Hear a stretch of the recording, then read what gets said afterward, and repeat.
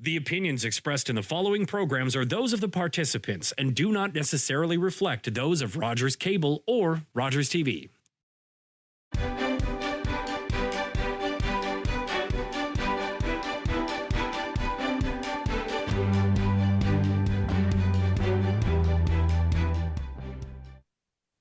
Hi, and welcome to Politically Speaking. I'm David Shearman. My guests today are Niall Lobley, who is the CAO, or Chief Administrative Officer, for the Township of Georgian Bluffs. He's no stranger to the show, but he's wearing a new hat. And joining him is Michael Benner, who is the Principal Planner, which I am told is a very high title, but he's the only planner in the municipality of Georgian Bluffs. So, Michael, Niall, welcome to you both. Let's have some conversation here, and let's begin with you, Niall. You are the new CAO. Has the newness worn off yet? Yes, so I think, thank you.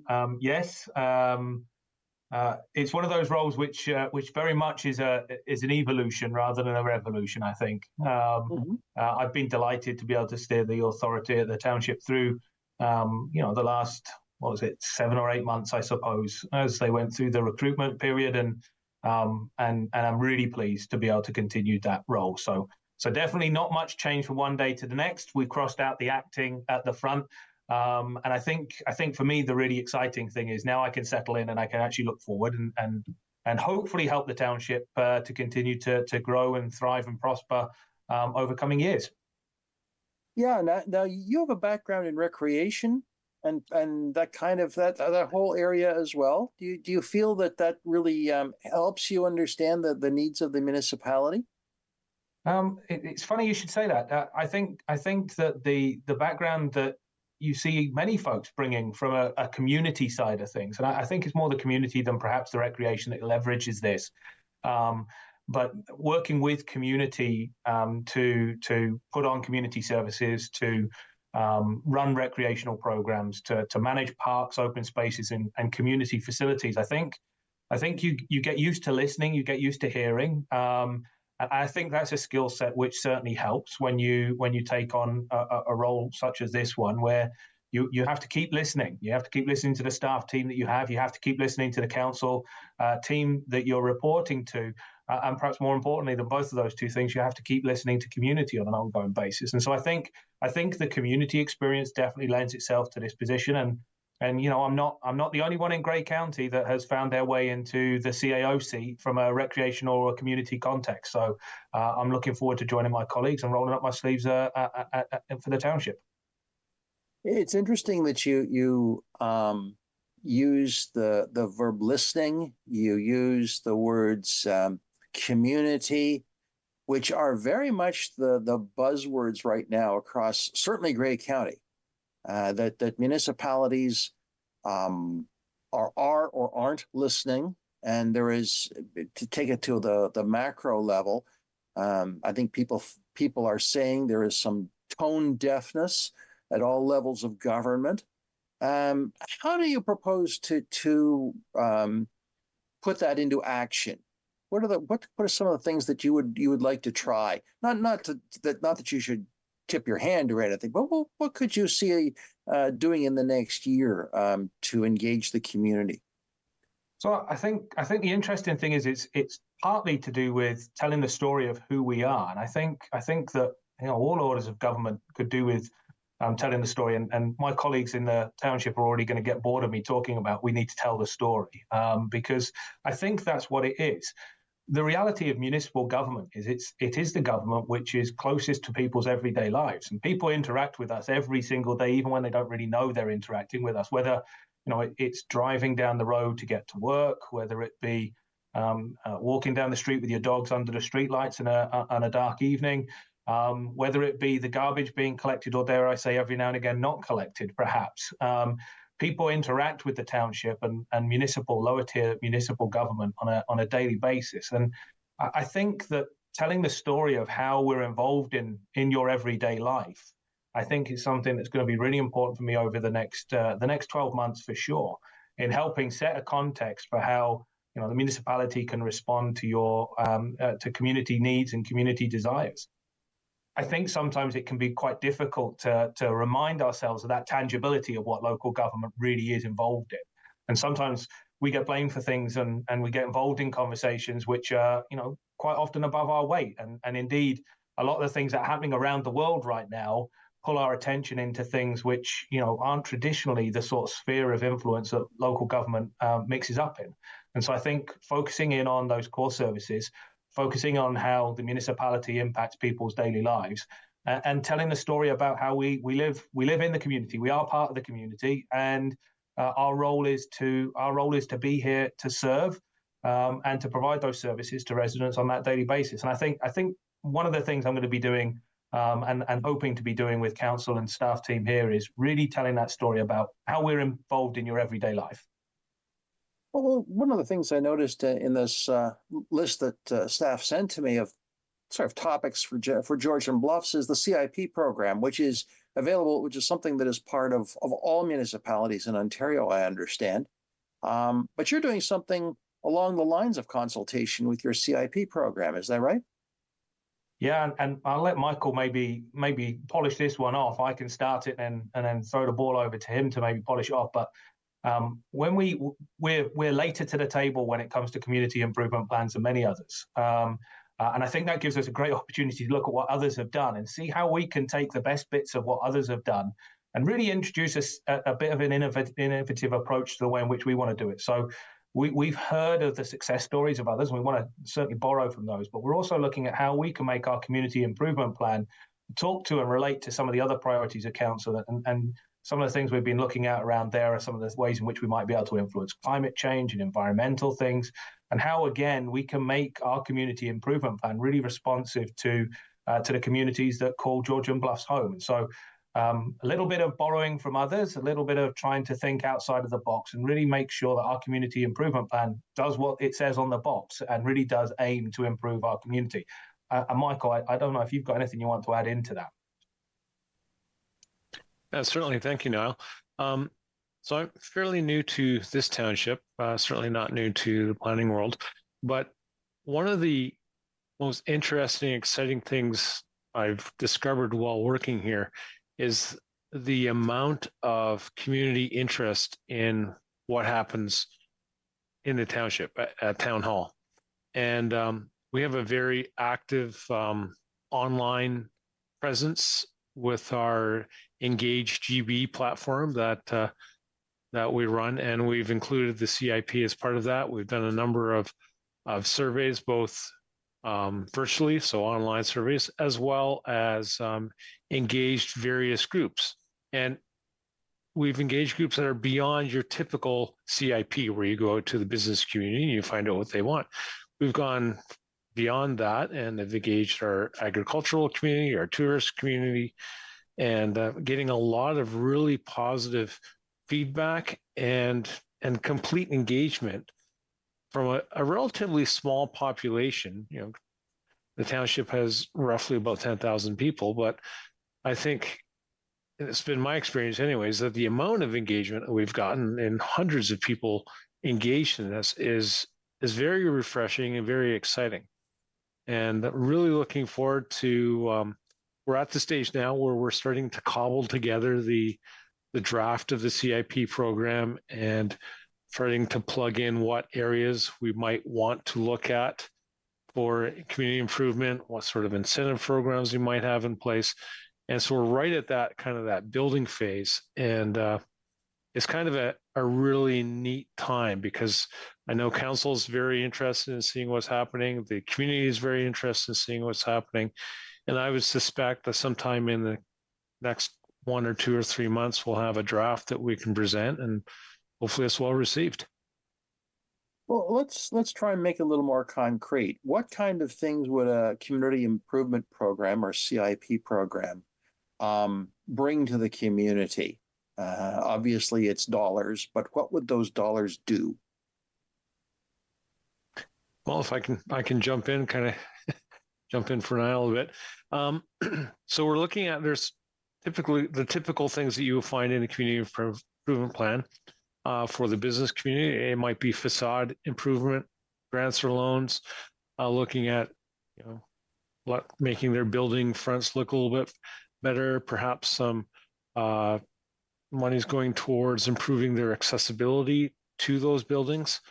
We'd be looking at some sort of incentives for attainable, affordable housing. That's always something that you would see, and obviously very much needed in this area as well across the province. We're also looking at perhaps things a little bit more outside of the box of a community improvement program. We're just kind of starting to dabble into maybe there's some incentive programs that would relate to climate change. Perhaps something, in fact, we were just kind of talking about that the other day, where perhaps it's more of innovative ways at looking at parking structures and improving pavements, things like that to help improve the environment. So there's that aspect of it, and there's also areas where even from a more of an agricultural perspective and a tourism perspective, there might be components to that. It's hard to say definitively what they are right now because we're still building it, but that's the direction that I see us moving in. Sure. Well, it's the kind of exciting thing that people don't think of because we talk about municipalities being the closest, or municipal governments being the closest to the people. And I think for most people, as long as the snow gets plowed, the garbage gets picked up, and the roads don't have too many potholes, they're happy. Sort of. Can't say that's true these days, but I think I'm speaking in very broad generalities here. But now you're talking about kind of sharpening that and making the community, okay, what do you want? Let's talk about what we want to be as a community, which is the benefit of which will give direction to CIP. So it should be interesting. I'm looking forward to further discussions and conversations on this, because I know in other municipalities what the CIP does, and we shall see. Sounds great. But I'm going to go back to you again, Michael, because there's a question that or a development that you have put in play called an online planning service. And one of the things that we've got here in this province is the government is holding the feet to the fire for municipalities of right across the province, all 444 municipalities, about planning applications. Are you wearing asbestos underwear these days, Michael? Yes. If it was out there, I think I would be, and a little bit of Kevlar on top of that.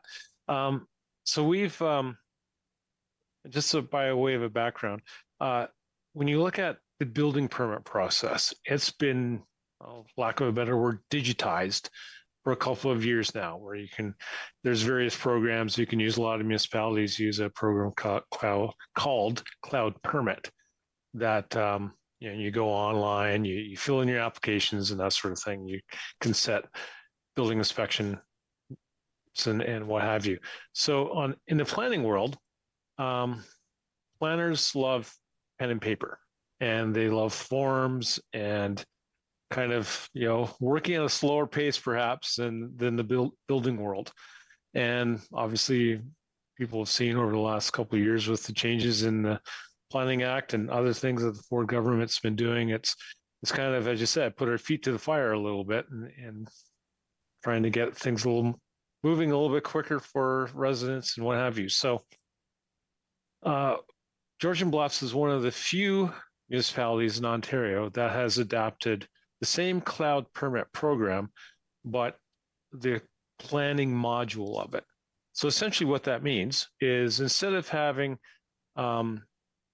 a paper application that you grab from the front desk and you go home and you try to fill it in as best you can, and you come back in and the planner looks at it and goes, oh, you missed like section 3, 5, and 2, go back and fill it in and come back in a couple of weeks. And oh, by the way, we need a better site plan and application fees with it all. What this system does, it kind of takes that away, and to not speak planarese or anything, and to make it simplified for even for myself. It's more of a you as the planner, as myself as the planner, become part of the project of the landowner. So the landowner kind of collaborates with the municipality on an ongoing basis. So they come in, they say, hey, I'm thinking I want to add to my garage, and I think I need a minor variance to do that. So we direct them to the online cloud permit format where they start a project. And then throughout that, I'm working with the landowner, asking questions, refining things, trying to make it work as best we can. And then at the same time, collaborating with all of our other agencies, the County of Grey, the local conservation authority, local indigenous groups, and they're all part of that project management team.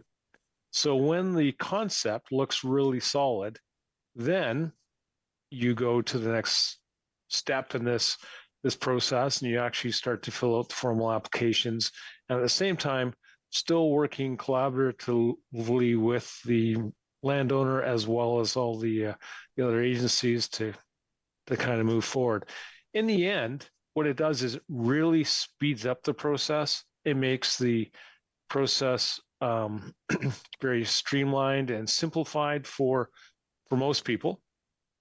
And it really works well for people who are out of town. And in Georgian Bluffs, we have a number of seasonal residences, and this allows them to just sit at home, wherever that home may be, and dialogue with myself and our other team members as we're working on this project together. And saying all of that, we also still have a lot of residents who like the paper, and we still accept that. And what I simply do is I enter the paper application into this online world. And even though they may only see paper on their end, we're still digitizing everything at our end. Allows us to track it and allows us to process it in a much simplified and more efficient and quicker process. And that sounds like it works for the single homeowner or a small project. But what about the larger ones? Not that I'm going to say that you'll have a Flato Developments rolling into Georgian Bluffs and building 400 homes. Well, maybe they will. But but my point is this: is it scalable? It's very scalable, and in fact, it works even. It's much more efficient when you get a larger development happening. Oftentimes, you'll have, say, a plan of subdivision come through, and you'll have a ream of supporting studies and plans and drawings and diagrams all coming in. And quite often, they come in a paper form. We have them in our files or circulated that way. With everything being digital these days, it's very easy for these larger developers and their consultants to join in on this process. And at the same time, the planners see what the architects have put together, both of them see what the engineers have put together. And when we're collaborating on certain studies or various processes in the application, it's that collaboration is going out to the entire project group. So not only the people in the municipality and the commenting agencies, but all the various groups that would form part of that development group. So it really simplifies the communication process between everyone, as well as the data sharing and collaboration amongst everyone.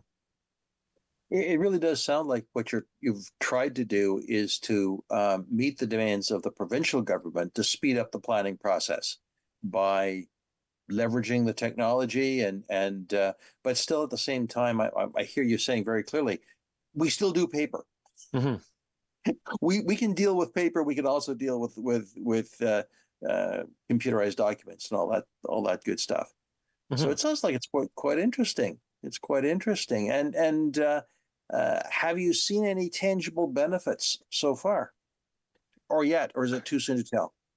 It's probably too soon to tell here in this municipality, but knowing what has happened in other municipalities, there's certainly tangible benefits to it, and it certainly does streamline the process. I know in a municipality I worked former to this, we used the building permit module, and there's a large Mennonite population in that municipality, and they actually loved it because it eliminated the need to try to get to the office, to physically be in town hall to fill out those applications. So they like the ease and accessibility of getting into that process. And then the other thing I should mention, with having both the planning module and the building permit module now fully engaged, they're also seamless between the two of them. So say a plan of subdivision comes through, they get all the planning application, all the planning approvals in place, then that whole project then just rolls over into the building permit process, and we can easily track things and issue approvals based on the planning approvals that are already part of that master project. I think it also speaks to the ability of municipalities to both move with the times and to speed up their own processes. I know that in some larger municipalities, there have been lots of complaints about how slow things were. And this sounds like Georgian Bluffs is taking a hand in this and improving, dare I say it, customer service. That's the aim. Which is now your top priority, I guess, Niall. But I'd like to change the subject a bit, because one of the things I was hoping to have a conversation with Sue about, and by the way, Sue has sent her regrets, which happens from time to time, and that's okay. So we've got Niall and Michael.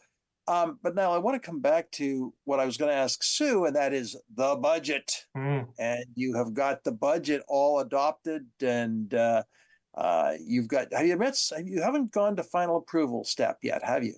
Not quite. In another 3.5 hours, we'll get started on that conversation, hopefully. Well, do we need to pass out the Tylenol, or is it too early? So I think council's definitely had a good run at this one. The budget is one of those things which it feels like it's a very, very short process that happens in a remarkably compressed amount of time, but it really is a year-round process for the staff team. So we got started in earnest back in the summer and started with some public engagement and council input back in the summer. And back in December, we had a good lengthy sit-down session to look at some of the strategies and the big projects that council would like to achieve this year. And so it really feels like we're there because the conversation has been going on for quite a while. It's definitely been a challenging budget year this year, and I think many others are in the same boat as ourselves in that. I'm hopeful that based on the conversation we had last week with council and the public feedback session that we had, that we're on the right track without minimizing the impact of this budget. We're on the right track, and hoping that council will approve and endorse later on this evening, and we'll be able to move forward with 2024 and get 2024 underway properly in the next few hours. Now, one of the things that people always use to benchmark the budget is, how much is my taxes going to go up? And yours, as we look across Grey Bruce, I'm going to say is probably on the higher end at 9.19%. What are people saying about that? Are they okay with it, or are you getting feedback? So definitely getting some feedback, and I think I'd start by saying it's probably the highest municipal tax increase I've seen in my career, and I've been with municipalities now on and off for the better part of 3 decades. So this is definitely up there. We are one of the higher. We're probably in the top half. We're not the highest by any stretch of the imagination, but we are definitely in the upper part of the Grey County lower tier municipal bunch at, as you say, 9.1%, which was a little lower than we'd anticipated coming in at the start. So council was able to trim some projects, deferred some items to try and keep that tax rate down. I think the first thing I'd always say is and again, I've worked in this game for a little while, is percentages mask a lot of things. And so I think we playing a game where we look at the percent, we think the percent is the be all and end all. And when you actually start comparing, what the average tax increase based on the MPAC assessed value is going to be, and those sorts of things, I think you're going to find that we're pretty much middle of the pack when it comes to that for this year. And so 9.1% is around about 180 on the average, $180 a year on the average assessed house in Georgian Bluffs. And so yes, it's a tough one. Just like others, we've faced the pressures of fuel increases and price increases in consumer affairs. But we are also, a lot of our work is governed by construction, and construction price indexes are still raging between 10 and 15% in terms of inflation. So 9.1 is definitely a high budget, but it's I believe council feels that we've come in as prudently as we can at this point. What are some of the big projects you're going to be looking at for this year that you'll be funding? Yeah, so I think the big story out of this year's budget is going to be infrastructure, and so infrastructure is definitely something that we, and again, like others, have a challenge with. We've got some 35 bridges and another 30 or so significant culverts which function as bridges across the township. They were put in by our predecessor townships up to 100 years ago in places. We've got some bridge structures that are 100 years old, just coming up to 100 years old. And those things don't last forever. And so we're starting to get to the point where they're wearing out and they need replacement. So we've got a couple of those, and they're not cheap to replace. And so there's a couple of bridges that need to be replaced. We also have aging road infrastructure. And again, whilst we'd all like to move away from the automobile, vehicles are going to be a part of everyday life for a rural community like this for many years yet to come. And so maintaining our road infrastructure in a good state of repair is important. And so we've got some fairly significant projects in terms of roads. So they're some of the more expensive ones that councils had to deal with this year. I think the other big news story from this year is going to be looking at some of the work we're increasingly trying to do to address climate change. And so there's obviously been a really strong conversation about climate change specifically, but a lot of the other projects that are wrapped up in this year's budget are responding to pressures of climate change. So we've got some projects around stormwater, and our stormwater infrastructure was built back in a time where a 1 in 5 year storm happened 1 in 5 years, and a 1 in 25 year storm happened once every 25 years. Now we're seeing those 1 in 5 year storms happen most years, and a 1 in 25 year storm happen once every 5 years. So our stormwater infrastructure needs to be modernized to respond to climate change. And so some of the projects you see in there are climate change related, even if they don't look like it on the surface. Right. Well, I know that it's not just climate change. The other thing I think we have to remember too is that Georgian Bluffs is upstream from a lot of our water systems, and where I'm sitting here in Owen Sound and the Potawatomi River is downstream, but for you it's upstream, and there's a whole bunch of things that have been done through Springmount, for example, that are just stuff that had to be done to mitigate issues around source protection and flooding. Yep. And I'm sure that's true right across the municipality.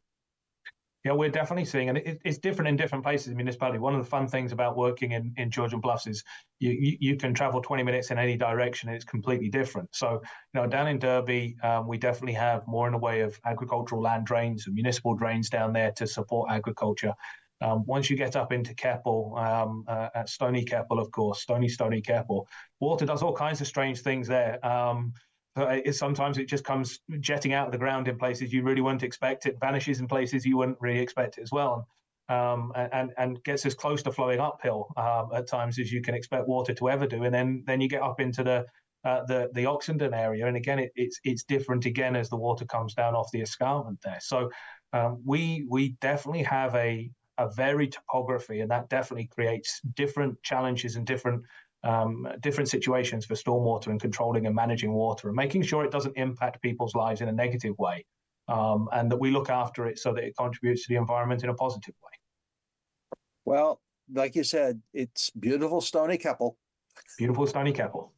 Beautiful Stony Keppel. And at that point, we're going to take a break because we got some messages. So, friends, I'm David Shearman. This is Politically Speaking. And yes, we'll be right back.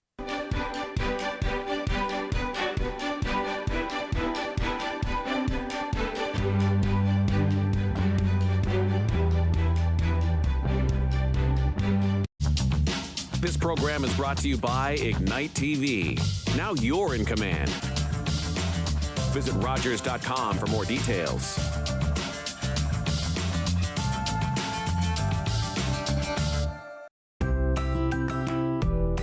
This is Rogers TV.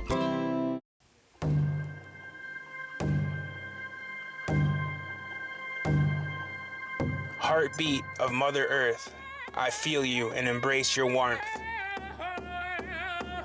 I see you dancing through the trees. Your song floats on the summer breeze. Community, we come together. We are the voice of our ancestors. Thankful for how much you bless us. Feel the thunder in the drum. All our voices sing as one. Feel the power, feel the pride. Feel the drumbeat deep inside. Feel the boom, feel the bass. Let's let go of time and space. It'll make you dance, it'll make you sing. Ode Wegun, Wadok Wishin. The drum will lead you, take you far. Always remember who you are.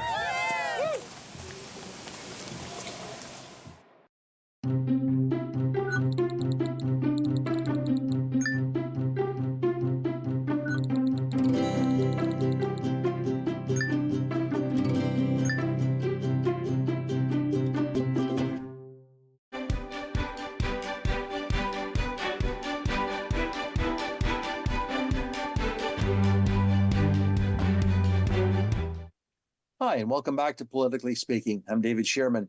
My guests are Niall Lobley, who is the CAO in Georgian Bluffs, and Michael Benner, who is the principal planner in Georgian Bluffs. And Michael, let's turn to you just very briefly. You hinted that you're relatively new to planning in Georgian Bluffs. How long have you been in the township with the township? I started with the township in May of 2023, so 8-9 months. Sure. And where did you come from before you were at Georgian Bluffs? Prior to this, I was the director of planning and building services for the municipality of Grey Highlands.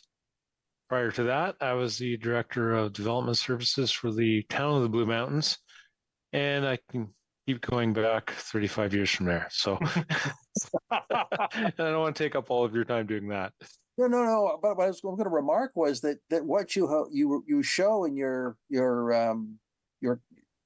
employment history is that you've got a good grasp on the municipalities in Grey County, having worked in two, one of which is extremely busy, and that, of course, is the town of the Blue Mountains. Mm-hmm.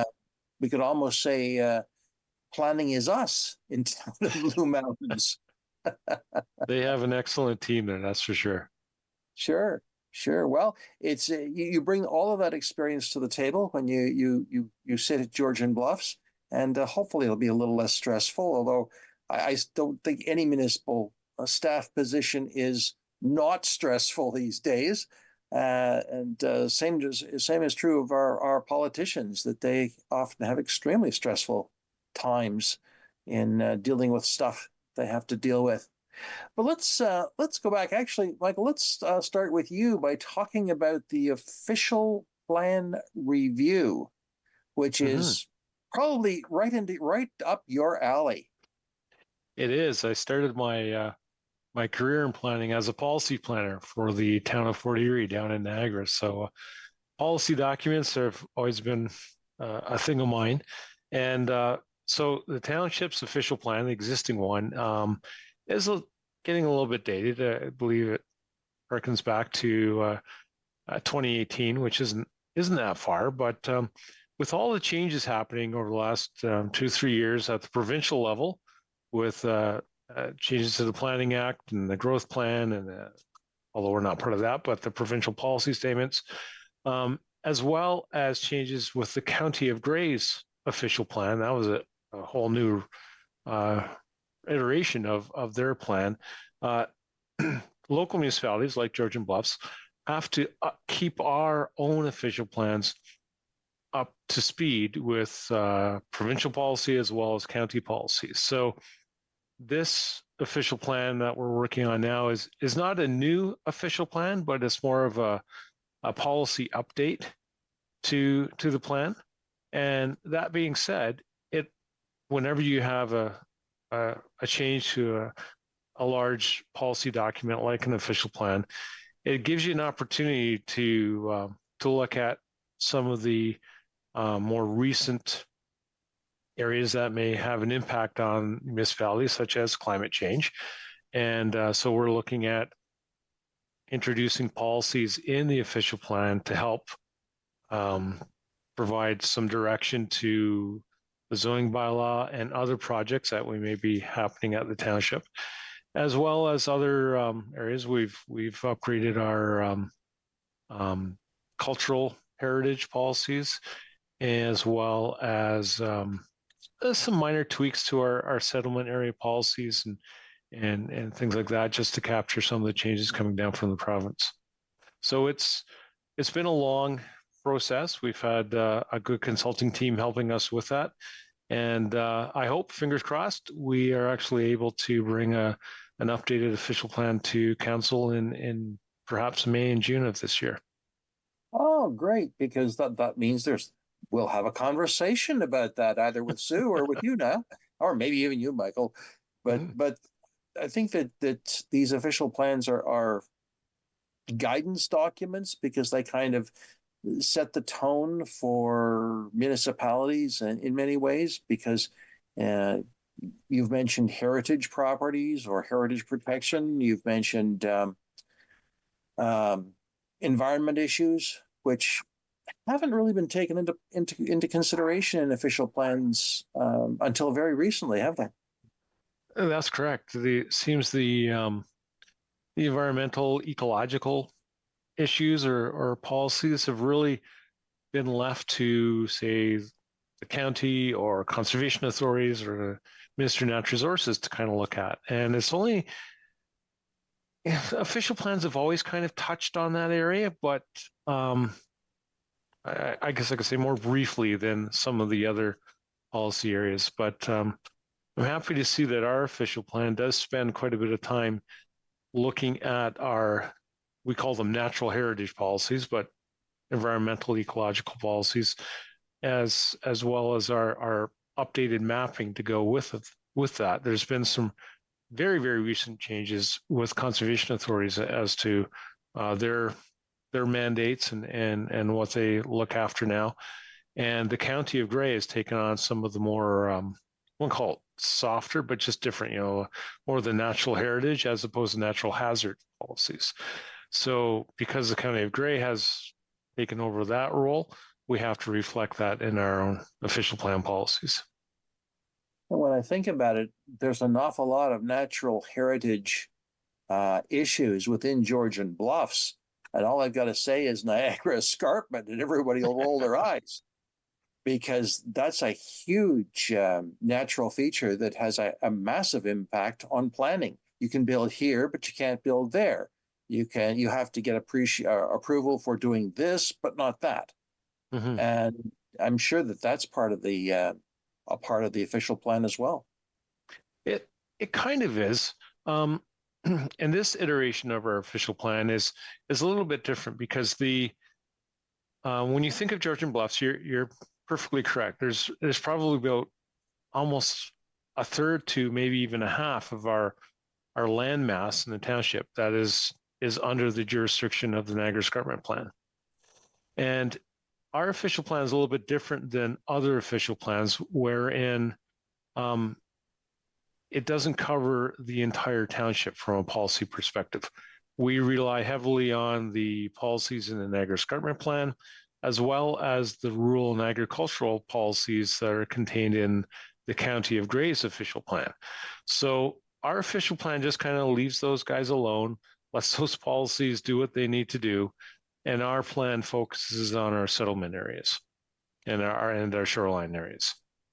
Thank you for clarifying that, because I am very familiar with the situation in West Grey, which you are also familiar with, where the county has certain settlement areas that it is responsible for, but the West Grey only has certain areas that it is responsible for. There's a very clear boundary between the two, and so it's interesting to hear that same kind of polarity, tension, division is present in Georgian Bluffs as well.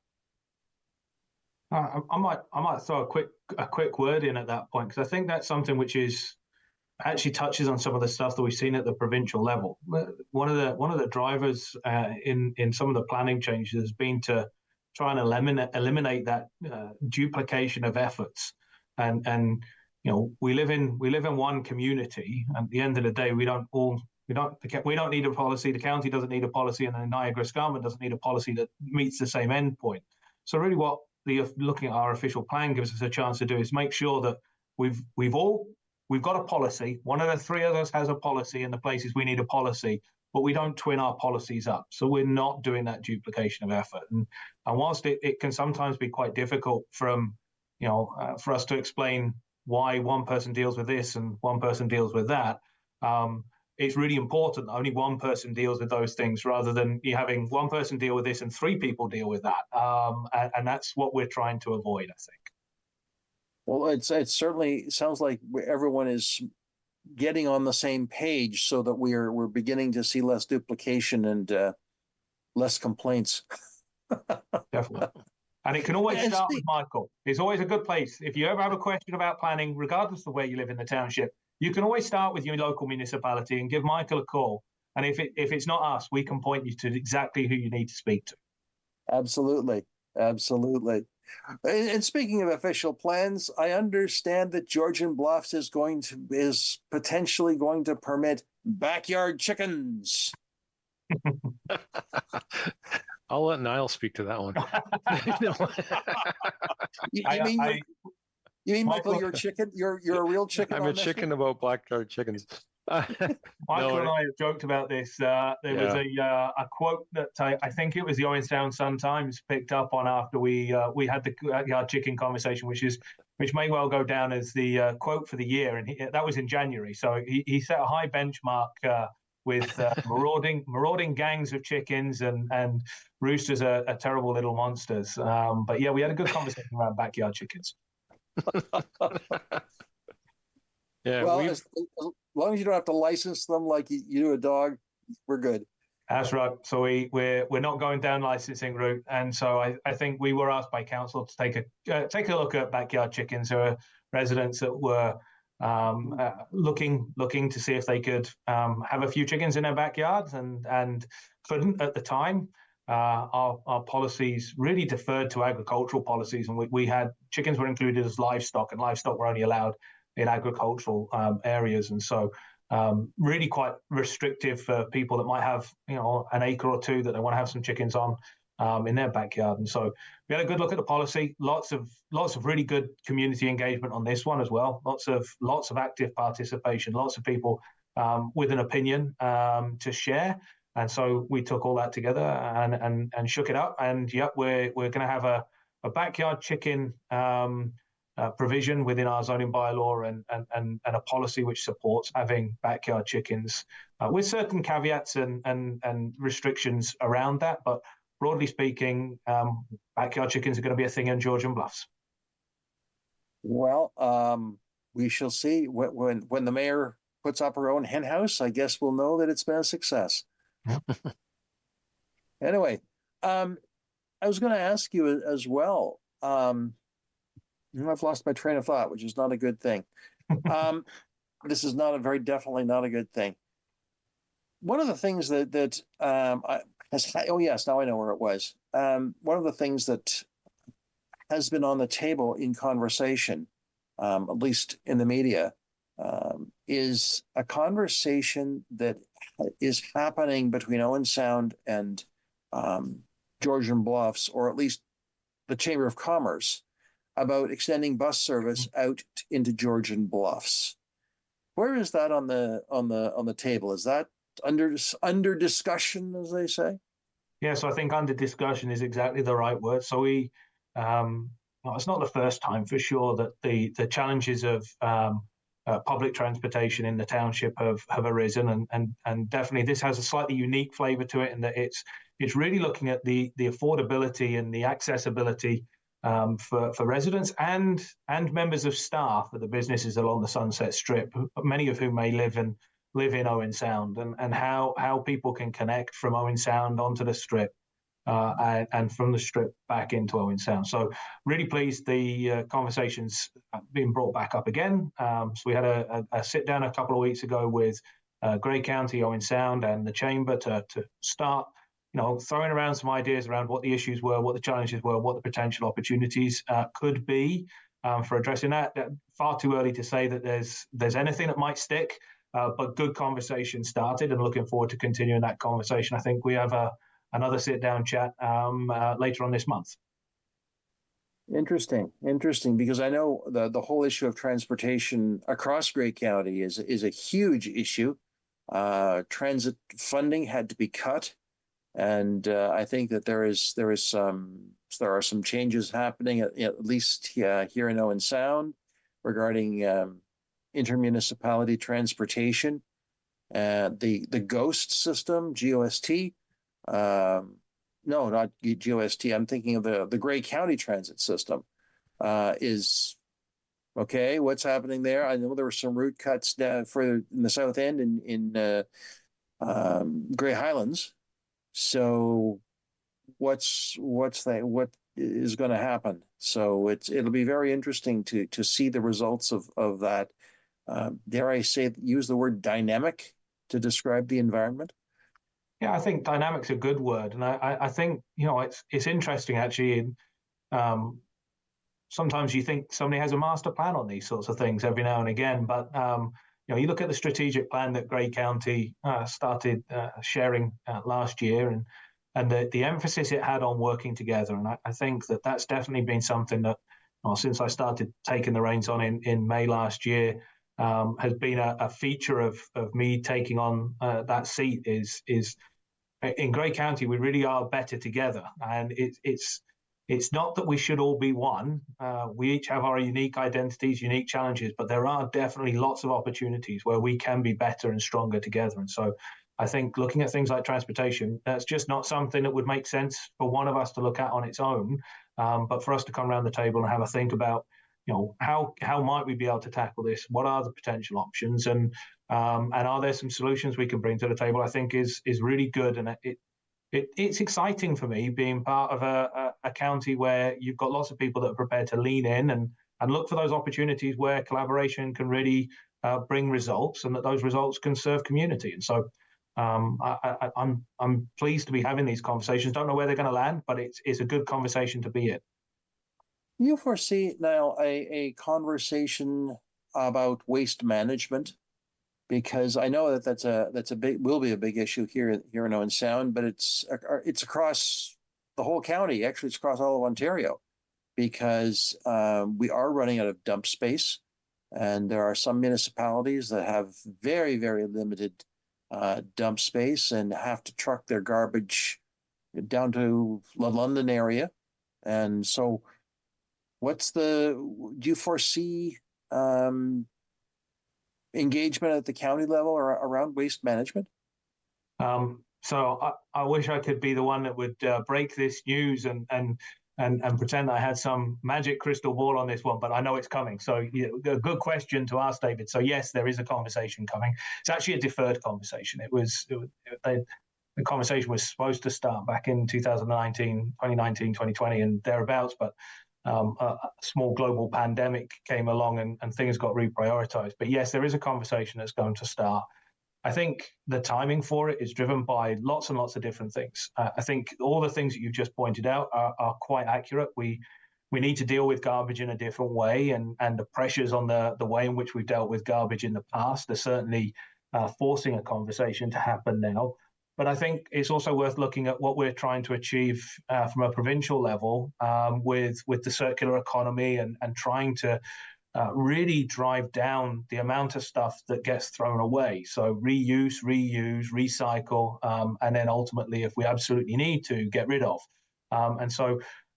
The blue box transition, which many communities across Grey County are going through right now, transitioning that away from local municipal control to provincial control and the producer responsible pay model that the province has established. I think that's driving the need for some change, and it's going to drive the nature of the industry that we're part of as well. So I think the conversation is well timed because there's lots of pressure on garbage and waste. There's lots of drive around recycling, and I think that drive is only going to step up on a provincial level as we're held to higher and higher standards of waste diversion and making sure stuff doesn't go to landfill. We need to modernise the ways in which we deal with waste as a municipality and support our communities in dealing with their waste. And so yes, I think there is a conversation coming. Again, far too early to say where that conversation goes, but for sure we're all dealing with the same sorts of issues. And so sitting down and making sure that we're on the same page and trying to find solutions to them, I think is a good thing. Well, I do know that there were cooperative agreements with Owen Sound and Meaford regarding household hazardous waste and the compost. And so those are just two areas of so far cooperation, although household hazardous waste also includes other municipalities. So it's a beginning, and let's hope the conversation doesn't get dropped. Although somehow I don't think so. Yeah, no. This one's a conversation that needs to get recycled and reused, and definitely not landfilled. Right. Nice illustration. I like that, Niall. Well done. Well, I've got. Okay, let's flip the script a little bit, because one of the things that Georgian Bluffs doesn't have, and Owen Sound does have, is a large population of people who are either unhoused or who have serious issues regarding a variety of things. Certainly, it's a less serious issue. I shouldn't say it isn't an issue. It's a less serious issue in Georgian Bluffs. But I see that the municipality, the staff and council are taking part in coldest night of the year. Okay, who's going to put on their long johns? Well, there's quite a few of us going to be putting on our long johns for this one. It's this is one of those things, and you know, I think I might rephrase your words slightly, David, if I may. I think that the challenges of affordability and having a roof over your head are very different in a rural area than perhaps the visibility, the high visibility that you see in Owen Sound. But I think our urban areas' highly visible issues are in part reflections on the rural areas that surround them. And so definitely this is an issue which very much impacts Georgian Bluffs residents, and I suspect that Georgian Bluffs residents rely on some of the services that you see in Owen Sound to support those hidden challenges that can exist within rural community. And so, yeah, we're delighted. We did some work with Safe and Sound last year, and really pleased to be able to support Safe and Sound by participating in the Coldest Night of the Year walk. So looking forward.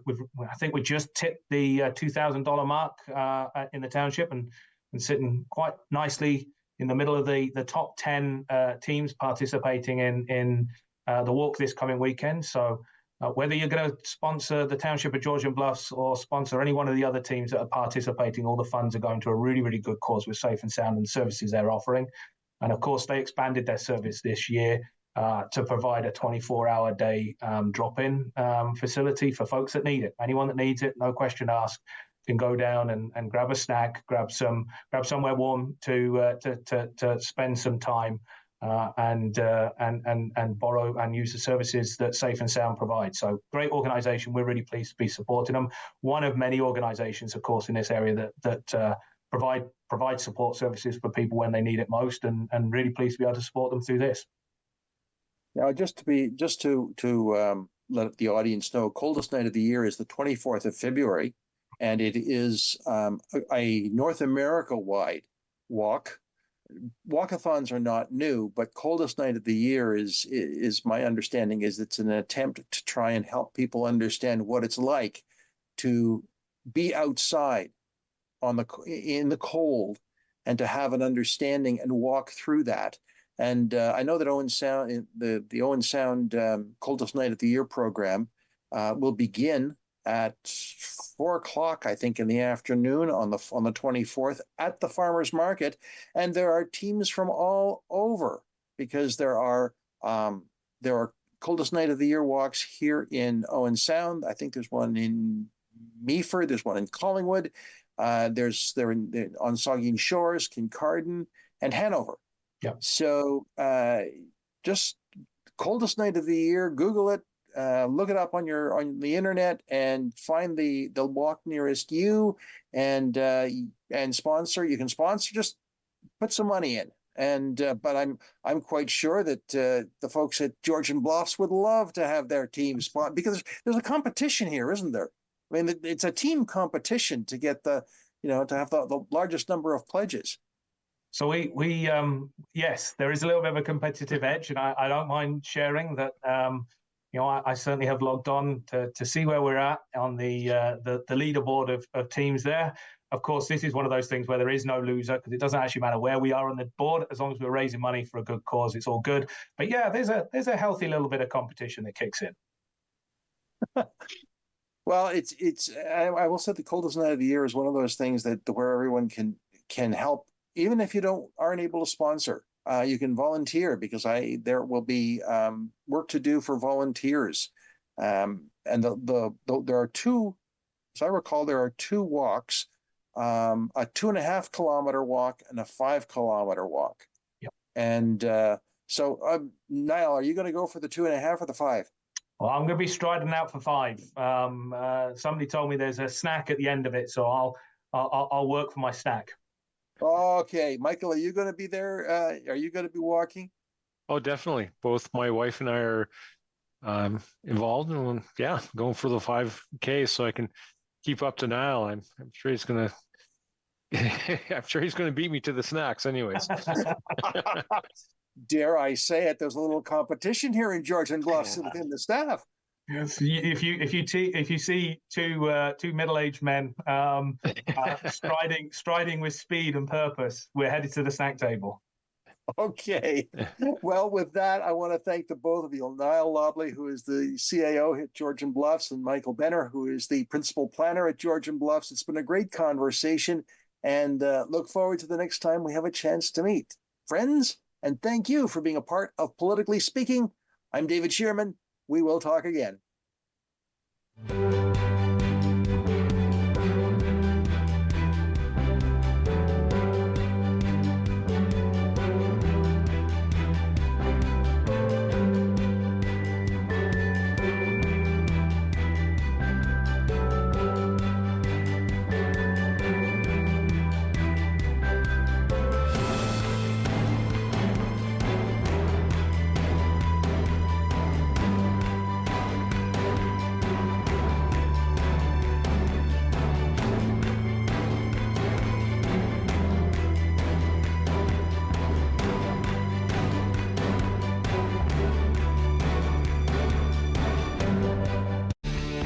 Connect with us by visiting our website or email us at comments@rogerstv.com.